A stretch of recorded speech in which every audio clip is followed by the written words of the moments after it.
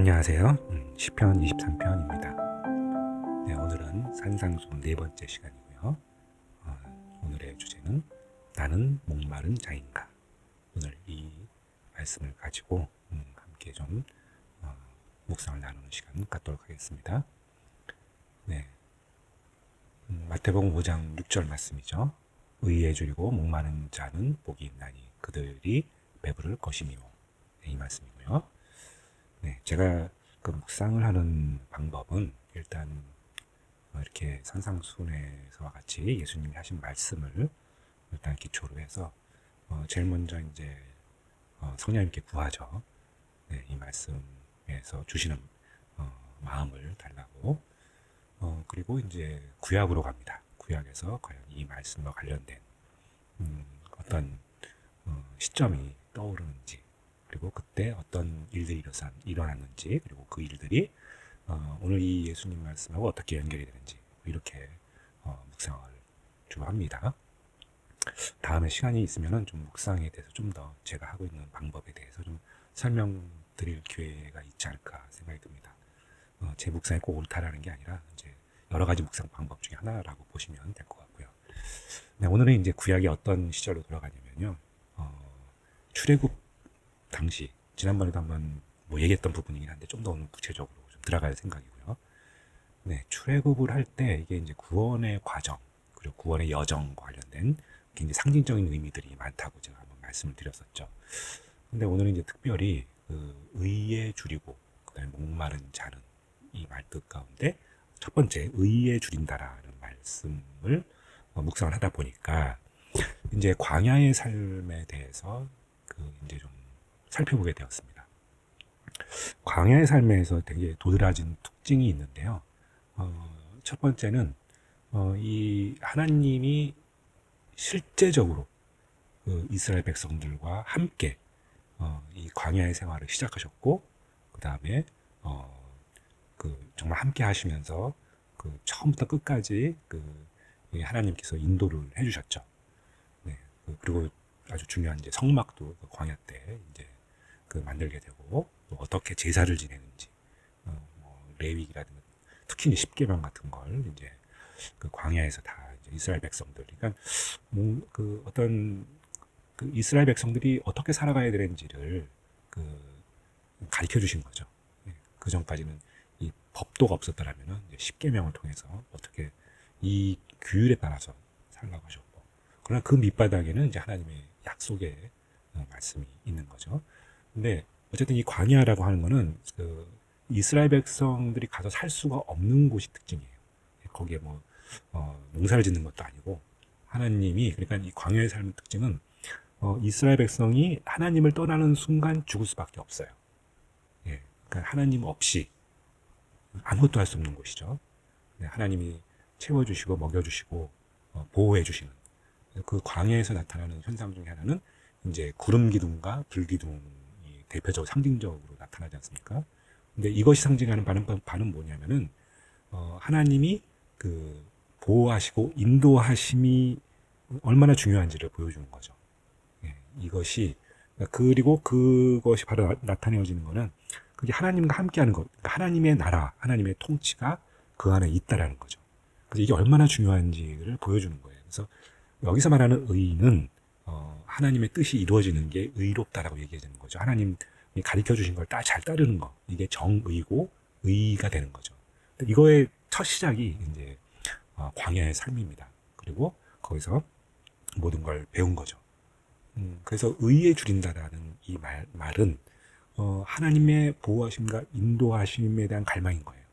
그리고 광야 시절을 한번 돌이켜 생각해 보면 이스라엘 백성들은 아주 절박한 거예요. 왜냐하면 하나님의 통치 밖으로 벗어나는 순간 죽는 거죠. 예, 아무도 뭐 만나와 메추라기를 먹이시는 거, 그 다음에 그 이스라엘 백성들 노리는 적들로부터 다 지켜주시고 광야에 어쨌든 살 수 없는 곳에 좀 살고 있는 거니까요. 예, 그래서 이런 부분들이 이제 의에 대한 설명, 그리고 우리가 얼마나 의를 갈망하는지 뭐 이런 것들을 좀 보여주는 그런 구절이라고 생각합니다. 두 번째로 이제 이 목마른 자, 오늘 또 주제로 제가 뽑기도 했는데요. 이거는 좀 좀 더 그 내용 좀 긴데, 자, 이 목마른 자에서 구약에서 나타나는 거는 여기 광야에서도 나오죠. 뭐 르비딤과 가데스에서 이제 하나님이 모세한테 시켜서 이제 물을 내게 해서 백성들한테 이제 먹이는 거죠. 그런데 그게 사실 반석이라고 하는 예수님이라고 불려질 때 이 물을 내신 곳이 반석인 거죠. 반석으로부터 물을 내었다고 하고, 어, 그리고 어, 그 다음에 이제 또 구약에서 어떤 장면이냐면은 에스겔서 47장에 보면 동쪽 성전 문지방에서 물이 흘러나와 갖고 어, 시내를 만들고 강이 되고 바다가 되고, 그리고 그 안에 수많은 생물들이 살아난다라는 이런 환상을 얘기하고 있죠, 예수에서에서. 근데 동쪽 성전은 의 문은 어떤 의미가 있냐면은 성전에는 문이 네 개가 있어요, 동서남북으로. 근데 이 동문은 하나님이 왕래하시는 곳이에요. 문은 닫혀 있지만 예수님도 그쪽으로 오실 거라고 이스라엘 백성들은 믿었고, 어, 이 하나님 이외에는 그 문을 왕래할 수 있는 권한이 없어요. 자격이 없는 거예요. 그러니까 하나님만을 위한 그 성전 문인 거죠. 그리고 그 문 지방에서 물이 흘러나오기 시작하거든요. 예, 어, 저는 이것을 너무나도 멋있는 장면인데, 어, 계속 저는 이제 궁금했어요. 그 과연 이게 이 예수님이 자주 언급하시잖아요. 목마른 자는 내게 오라고. 그리고 수가성 여인과 함께 했던 대화도 있죠. 요한복음 4장 같은데. 거기서 예수님 뭐라고 말씀하시냐면, 예수님께서 이 물을 마시는 자마다 다시 목마르지 않고 예수님이 주시는 물은 영원히 목마르지 아니하니 내가 주는 물은 그 속에서 영생하도록 솟아나는 샘물이 되리라, 이렇게 얘기하세요. 그러니까 이 영생에 대한 이 말씀이에요. 이게 영생에 대한 거. 그러니까 어떻게 보자면은 우리의 영생이 어떻게 돼, 우리가 일어나는지, 영생이 어떤 과정을 통해서 일어나는지를 굉장히 상징적으로 보여주세요. 그러니까 비유적으로 보여주신다는 게 더 정확한 표현일 것 같은데, 영생이 제 속 안에서 영생하도록 솟아나는 샘물이 된다고 말씀하셨는데, 자, 재미있는 게 뭐냐면 성전이 우리 안에 어디 있어요? 우리 안에 있잖아요. 예. 그 안으로부터 물이 흘러나온단 말이에요.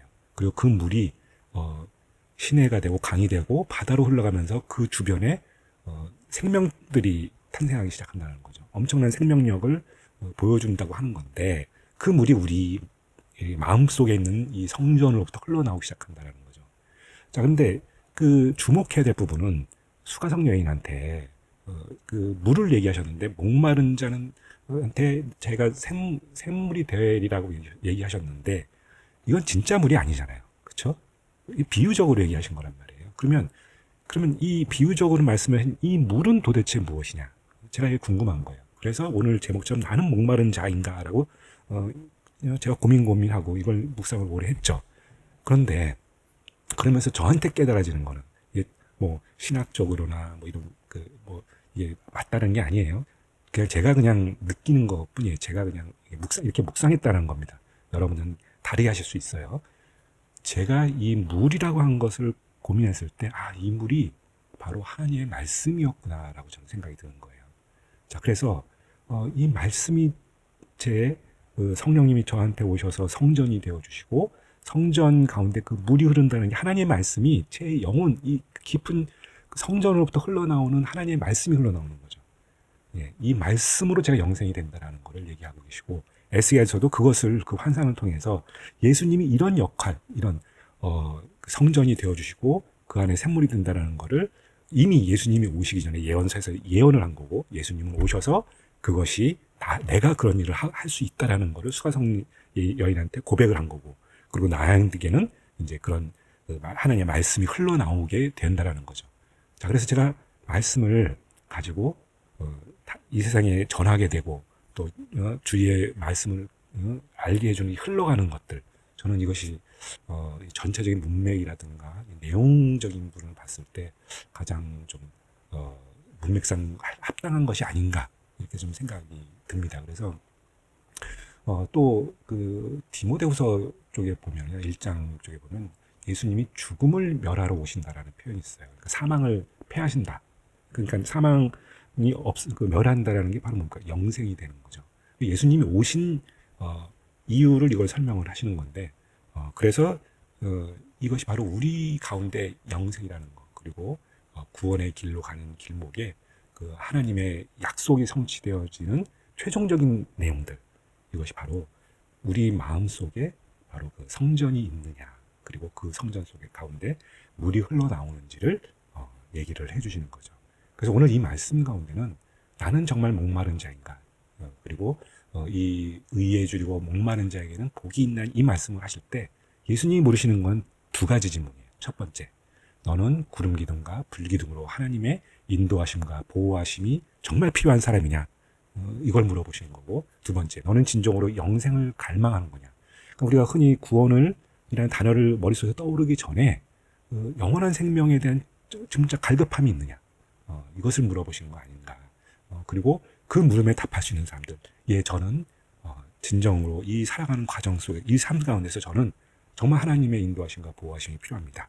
그래서 제 마음 가운데 하나님 나라가 임해야 됩니다 하고 이렇게 하나님 광야에서 그 이스라엘 백성들을 이끌어 주셨던 것처럼 제 삶 가운데 주님이 불기둥과 구름 기둥이 되어 주시고 그 인도하심과 보호하심이 절대적으로 필요합니다라는 고백이 필요한 거, 고백을 해야 되는 거고요. 두 번째는 그 영생을 갈망하느냐, 정말 너는 목마른 자이냐라고 물어보셨을 때, 저는 정말 목마른 자입니다, 저는 그거에 대해 갈급합니다 라는 고백이 나올 수밖에 없는 거죠. 그래서 그런 고백을 할 수 있는 자들이 바로 복이 있다라고 말씀하시는 거고, 그리고 그런 고백을 하는 사람들에게는 배가 부를 것이며 예수님이 주시겠다라는 거죠. 그리고 약속하시는 거죠. 하나님의 인도하심과 보호하심이 너 삶 가운데 있을 거고, 그 다음에 너가 진정한 영생이 무엇인지를 알고 그것이 그 언약이, 하나님의 약속이 성취될 것이다, 이루어질 것이다 라고 예수님께서는 분명하게 얘기하고 계신 거죠. 네, 오늘 약간 길어졌지만 어쨌든 이 말씀이 오늘 여러분 삶 가운데 진정으로 일어나기를 바랍니다. 기도하시겠습니다. 하나님 아버지, 저는 주님께서 진정으로 저의 삶 가운데 구름 기둥과 불 기둥이 되어 주셔서 하나님의 인도하심과 보호하심이 필요함을 고백합니다. 그리고 저는 영생을 갈망합니다. 제 마음 가운데, 제 심령 가운데 주님의 성전으로부터 하나님의 말씀이 흘러나와서 사망을 멸하여 그 영생으로 가는 길을 갈망하오니 저에게 이 모든 것을 채워 주시옵소서. 예수님의 이름으로 기도하였습니다. 아멘.